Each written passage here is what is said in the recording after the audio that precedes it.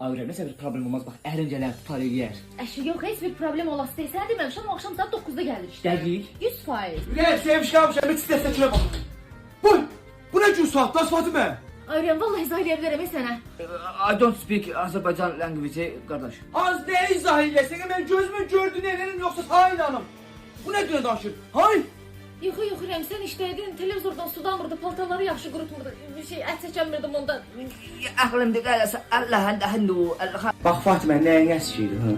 Parmağın qattala, bak evin ağzına kimi kaldığın dolu. Ne istiydin alırdın, bak cebinde pulun, paran, her şeyin de vardı hə? Bak senin bu hərəkəti maliyyə hı? Sen dedenin ananıza başını əydin yerə, bak elə mənim də başımı əydin yerə. İndi mən bu el içində sən Rafiqə elədin biyağı. Demezler ki Rafiqin evine qonaq gəl, sosu bomboş. Bu ne gaz? Tez qaçırsan Zakir əmini. 2 kilo, yarım kilo, 2 kilo et al gel, tez qaç gel. Hə, sümük, sümük koymasın.